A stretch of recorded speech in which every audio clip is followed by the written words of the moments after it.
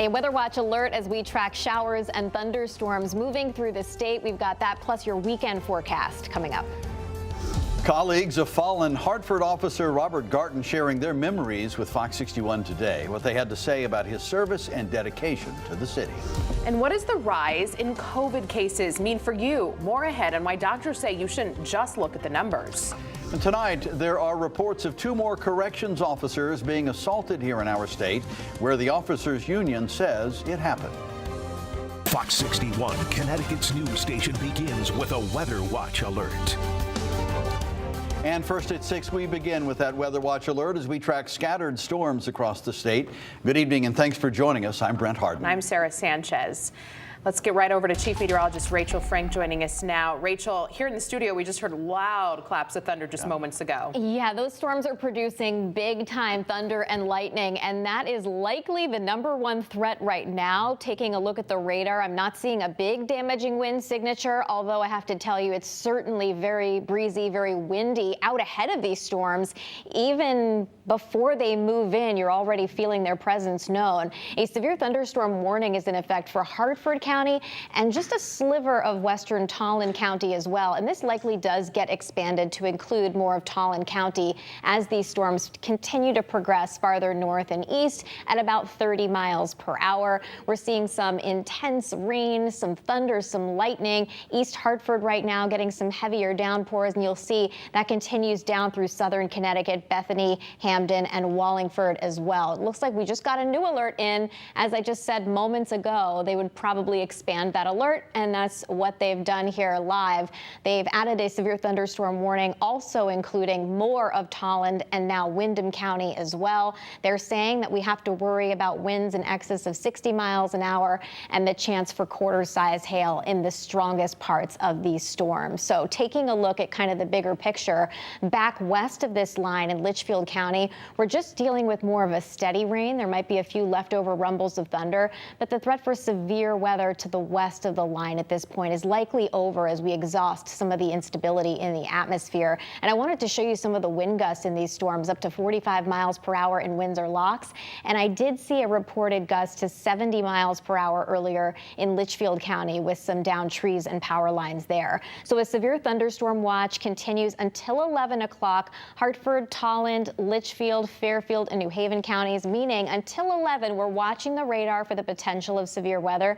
But I think as we head towards 8, the main window for severe weather will likely be over. We'll be watching, though, until 11, until that ends up expiring. And we do have a chance for a shower or thunderstorm this weekend as well. So we're going to take a closer look at the weekend forecast coming up in just a few minutes, guys.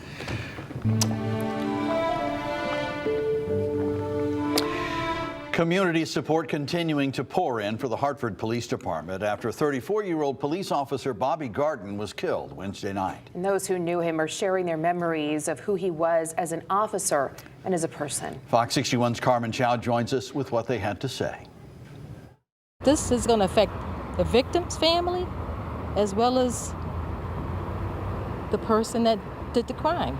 Near and far community members were seen placing sentimental items on the police cruiser to remember 34-year-old officer Bobby Garton, an 8-year veteran of the Hartford Police Department. Comfort dogs from multiple agencies banding together to provide emotional support. Garton's life was taken away Wednesday night after police say 18-year-old Richard Barrington sped off from a traffic stop, ran 2 red lights and crashed into the police cruiser by Broad Street and Asylum Avenue. This former Hartford police detective then received the bad news. I had somebody called me in the middle of the night that I is an officer here, and he was really upset, and he let me know what was going on. And I was up for the rest of the night. Garton's success started at an early age. In 2014, he was selected out of a large pool of candidates to be a public safety officer at the University of Hartford. For the 1 year Garton was there, Chief Michael Kazalowskis worked closely with him. From the very beginning, we didn't have to give him much training. Usually you're developing officers over the years, and usually, 10, 20 years in, they're getting to where they need to be, but Bobby was there from day one. Eventually, Hartford Police Department scooped up Garton as their new officer in 2015. Aside from his daily duties, he also stood guard at the Russian Lady, keeping crowds under control and protecting the employees. Sarah Clausen, a former bartender there, says she remembers him all too well. He always had a smile on his face. There was probably never a time I saw him where he wasn't smiling and just keeping everybody in good spirits and in a good mood. He was definitely a goofball. Garton's presence touching the hearts of his loved ones and strangers. Sorry this happened, but thank you. Thank you for what you've done here in the 8 years. That was Carmen Chow reporting. We'll have continuing coverage as we remember the service and sacrifice of Officer Bobby Garton. Stay with Connecticut's news station on air and on Fox61.com or the Fox 61 News app. We're also streaming anytime on Fox 61 Plus, Roku, Amazon Fire TV, and Apple TV. Well, new tonight, a judge rejecting a request by the Connecticut State Police to temporarily keep secret the names of troopers under investigation for possibly falsifying traffic tickets. 130 troopers were accused by auditors at UConn of recording false information on hundreds of traffic stops. 20 of them have already been cleared of any wrongdoing. Two Connecticut media outlets made a Freedom of Information Act request for the release of those troopers' names, but Superior Court Judge Rupal Shah in Middletown denied that request, saying it's premature because the State Freedom of Information Commission has not yet decided whether those names should be publicly released. New tonight, 2 corrections officers were reportedly assaulted at the Cheshire Correctional Institution this afternoon. The officers' union president says an inmate assaulted the officers during a cell inspection. As officers removed items the inmate was not allowed to have, the inmate allegedly then attacked those officers. Both officers suffered hand and arm injuries. One even has neck injuries. This assault's just the latest in a series of attacks. Last Wednesday, an officer at the New Haven Correctional Center was punched. 2 weeks ago, 2 corrections officers at the Garner Correctional Institution in Newtown were stabbed. And a few days later, a corrections officer was assaulted by an inmate at the Cheshire Correctional Institution. School is back in session and spectators are back to filling up football stadiums. And if COVID ever left, well, it's back. So what does that mean for Connecticut? Fox 61's Samaya Hernandez has been seeking answers from the experts today and joins us with the details on what this uptick means for our state. Samaya. Respiratory season is still months away, but people are already back indoors and COVID cases are up. Some workplaces are even going back to masking.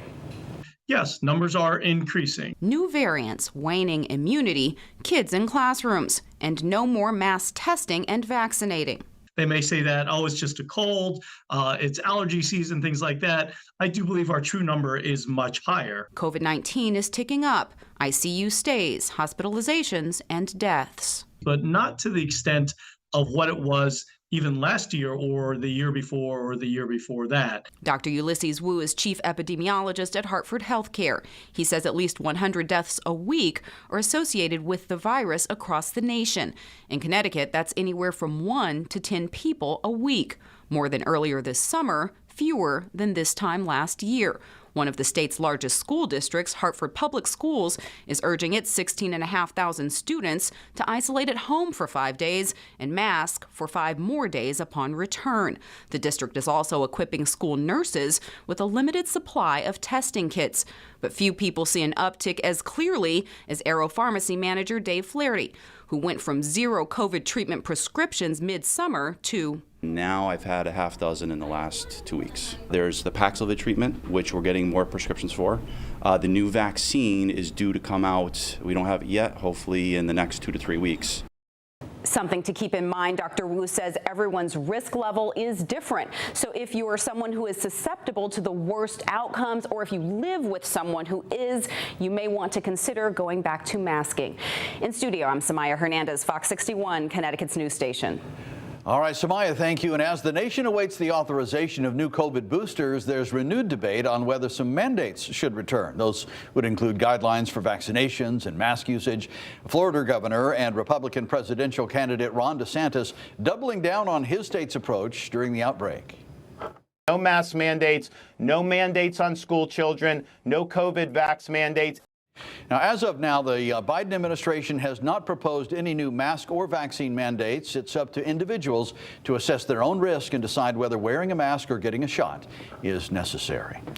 In the meantime, First Lady Dr. Jill Biden has now tested negative for COVID-19. The First Lady tested positive Monday following a weekend when she and the president visited Florida storm victims. Since the First Lady's original diagnosis, the president has tested negative for the virus as well. And new tonight, the DMV is suspending the business license of a local driving school. Officials say Shining Star Driving School out of Manchester had several violations. Inspectors say they noticed irregularities in the school's operations. The state says it is prepared to help students enrolled in the school to understand their options. Officers in New Haven arrest 2 people, including a juvenile, in connection to a shots fired incident on Wolcott Street. They're facing weapons charges. Police say the pair led officers on a brief chase. Officers found 2 semi-automatic guns on those suspects. Shell casings were also found by investigators in the area of Wolcott Street. And in Meriden tonight, an 18-year-old man accused in a multi-town crime spree last month faces new charges. Robert Barbera now faces second-degree arson, conspiracy to commit arson, and some other charges. He was arrested previously along with 5 other people, including 4 juveniles. They are accused of a multi-town crime spree that included a vehicle theft, a crash involving a police cruiser, and car fire in Hubbard Park. Barbera was arrested after the August incident on other charges and has been in jail ever since. Also new tonight, 4 people were set to appear before a judge today, all facing charges in connection to the shooting death of a man in the parking lot of the Hidden Hookah Lounge in Middletown. Jonathan Simide was killed in that shooting on South Main Street back on May 21st. After a months-long investigation, detectives arrested Akil Booker, Gene Daniels, Gianni Marmol, and Mayrains Nunez. Anyone with information on the shooting is asked to call police. To Portland now, where a man was thrown from his car when it crashed on Bartlett Street. It happened just before 11 this morning. Witnesses nearby tried to help the man before EMS arrived. We're told the driver had severe head injuries and was flown by LifeStart to the hospital. There's no word on how he's doing tonight or what led up to that crash. A crash in Hartford sends 2 people, including a child, to the hospital. Authorities say 2 vehicles crashed and were found on an embankment across from the I-91 South HOV off-ramp near Liber and Jennings Road. This all happened just before 11:30 this morning. Both the adult and child had to be rescued from the vehicle and were taken to the hospital. No word on how they're doing tonight.